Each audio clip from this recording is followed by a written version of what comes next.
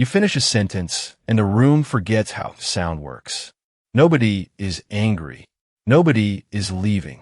Nobody even looks dramatic. And yet your body treats 4 empty seconds like a social emergency. Your face stays still, but your mind starts drafting recovery lines. Was that joke bad? Was the topic wrong? Did you say too much? The clock says almost nothing happened. Your nervous system disagrees. That is the awkward silence paradox. A short gap, a long inner movie. You feel rejected without anyone actually saying the word no. You feel suddenly exposed, even though no spotlight is on you. You feel responsible for fixing air that was never officially broken. So why does a quiet pause feel longer, louder, and more personal than it is? Not because silence is evil. Because conversation is a coordination system. Conversation is not just words. It is turn-taking under time pressure. Across many languages, people tend to avoid long silence between turns. They also tend to avoid heavy, overlapping talk.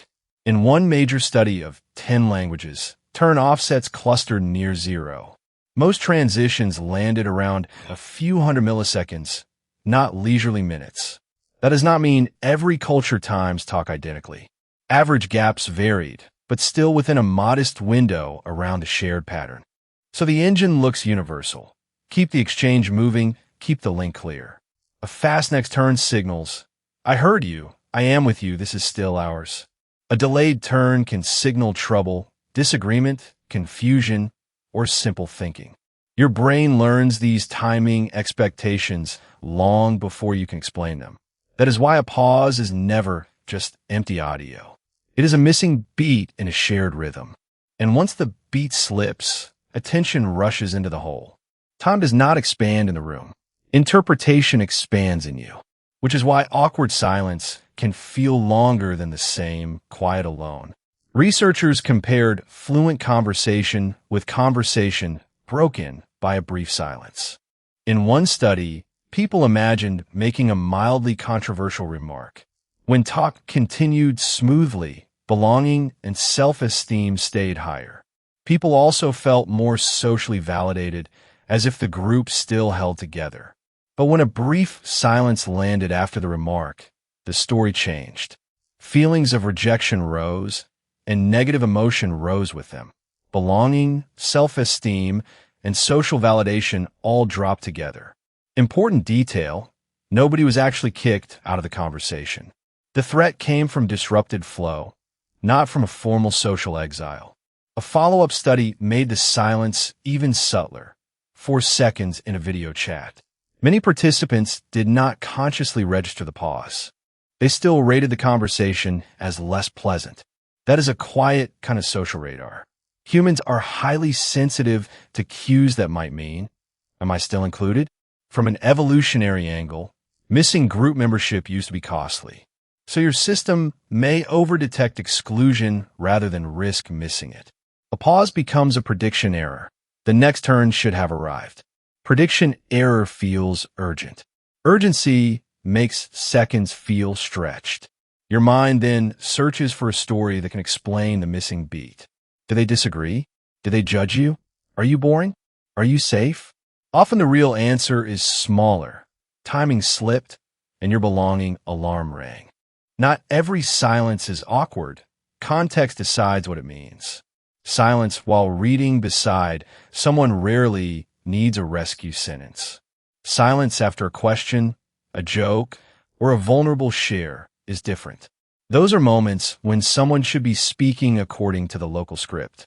Conversational norms make everyday interaction feel predictable enough to trust. When norms hold, you spend less energy guessing what the other person will do. When those norms break, uncertainty floods straight into the gap. Cultures also set different comfort zones for how long a gap can last. So awkwardness is not a pure property of silence. It is silence plus expectation. Silence is also ambiguous. It can mean many things at once. Without context, your brain may choose the scarier interpretation first. That is why a pause with a stranger often hurts more than with a friend. Shared history supplies translation. They are thinking, not abandoning me. Without that key, silence becomes a Rorschach test for social fear. And because silence is silent, nothing distracts you from the missing response. There is nowhere else for attention to go, so the gap becomes the whole scene. That visibility is part of why silence pressures people to speak. Now the stretch time part makes more sense. Monitored gaps usually feel longer than gaps you barely watch. Social threat narrows attention onto the missing reply. Narrow attention removes the usual time markers. Gestures, side noise, next topics. So 4 seconds of social uncertainty can outrun 4 seconds of waiting for toast. Meanwhile, real conversational timing is messier than the slogan no gap, no overlap. Measurements show more variability than popular precision claims suggest. People do aim for smooth exchange, but ordinary talk is not a metronome lab. That matters because you may be grading yourself against an impossible ideal. A short pause can be thinking kindness, cultural tempo, lag, or simple breath. It can also be disagreement. The point is not to deny every hard meaning. The point is to stop treating every quiet beat as a verdict on your worth. Here is a practical reframe you can use in the moment. First, name a mechanism. My turn-taking alarm just rang. Second, buy one breath before inventing a catastrophe story. Third, choose a low-drama repair if needed.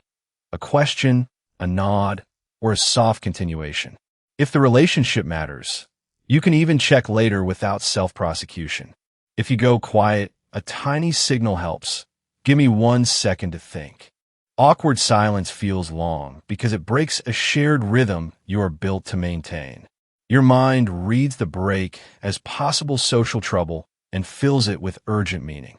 Urgency stretches subjective time, so the pause becomes a tiny eternity. But many silences are not rejections. They are coordination glitches. Some are cultural tempo. Some are thought. Some are just the next sentence loading. You do not have to become fearless about quiet. You only need a better story than, this silence means I am failing. A better story. The system expected a turn, it lagged, and belonging radar flared.